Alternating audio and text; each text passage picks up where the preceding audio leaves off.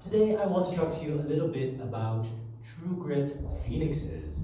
I want to talk about what it is, I want to talk about why you would want to use it, and finally I'm going to talk about how you're going to do it.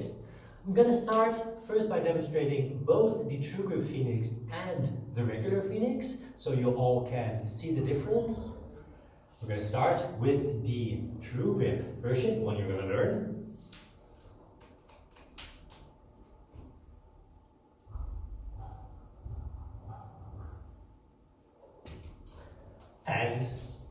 And the regular phoenix.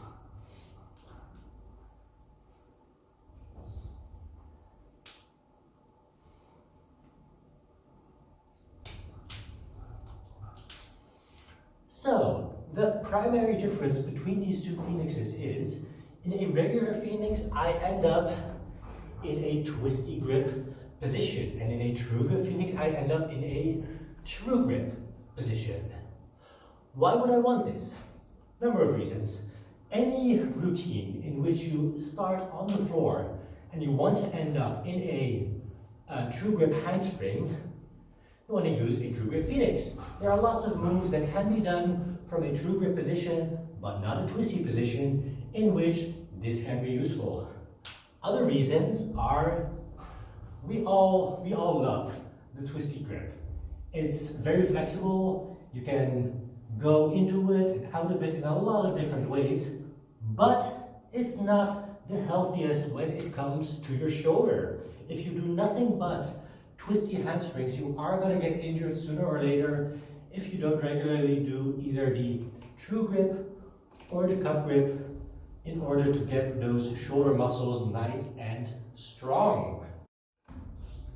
Now then, how do we learn this? We're going to split this bad boy up into three parts. We're going to talk about the entry, we're going to talk about the handspring at the very end, and we're going to talk about the transition between the two, the one I call the switch.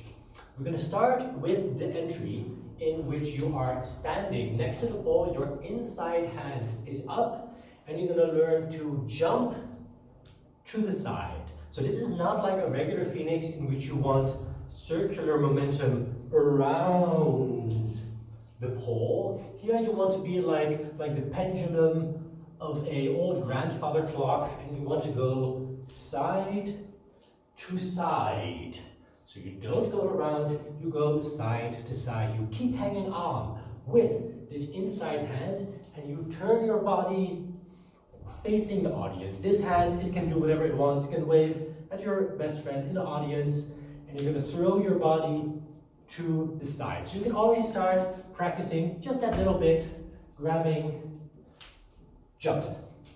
Again, you don't want circular, jump, and land. If you're comfortable in this position, you're going to start, and instead of landing on the floor, you're going to have your free hand grabbing the pole again. Now, this is not a regular phoenix, so you're not going to grab it behind your back. You want to grab it in front, almost like you're entering a playboy, which is also going to be our second step. We're going to grab it, we're going to jump, we're going to grab it again with the free hand, and we're going to tuck into a playboy position. So that's going to be step number 2.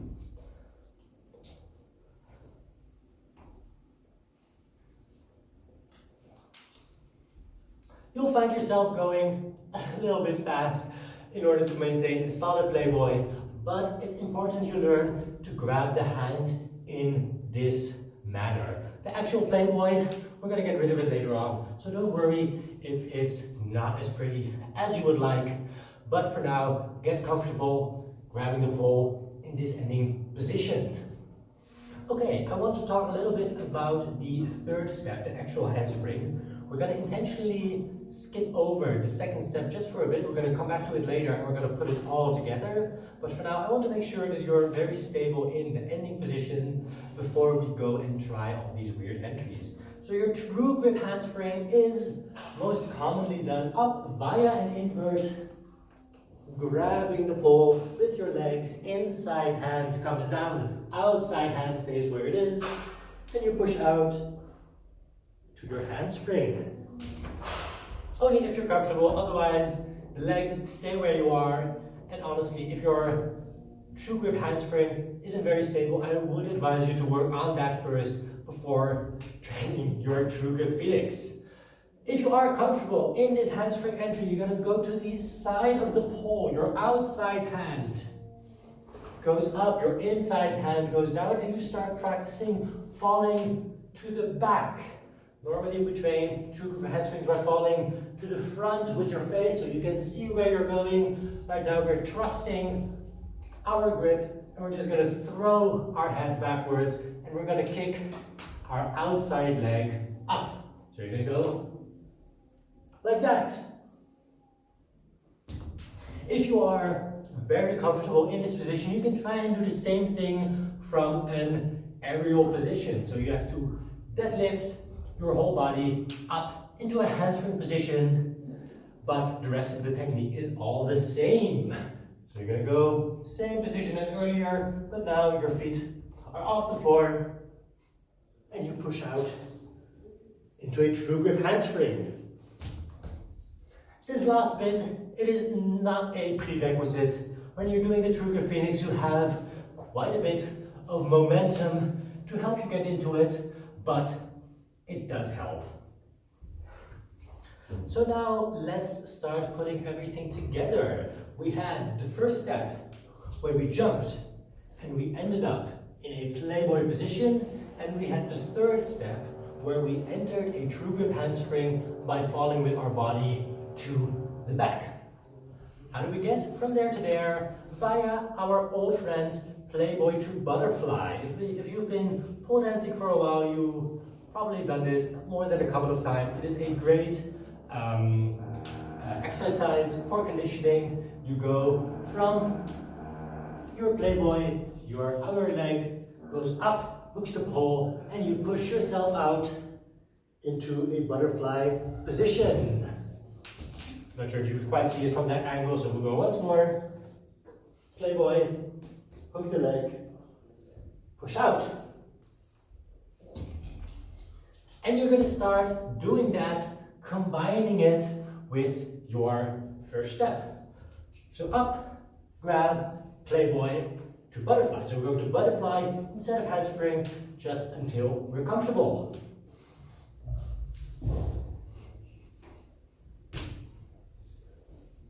And up. Practice this so you know where your body is going to go. If you are very comfortable in that step, you're going to go instead of this playboy position here, where your hands are, your outside thumb is up, your inside thumb is down. You're going to start rotating up with the chest. You're not here, you are here. Legs also let go of the pole until you're in that beginning position of the aerial deadlift that we talked about in step 2 for the handspring. So you're going to go up. You're going to grab the pole, and already you're going to start twisting. So you're not going to go into the playboy, but the moment the hand grabs the pole, you're already going to rotate. Rather, let's go like this. You're already going to rotate your hips outward to here, and you're going to use the momentum of this big jump to help you lift the legs up and push outward into a true grip handspring. Let's see if we can slow this down so you guys can see what's happening.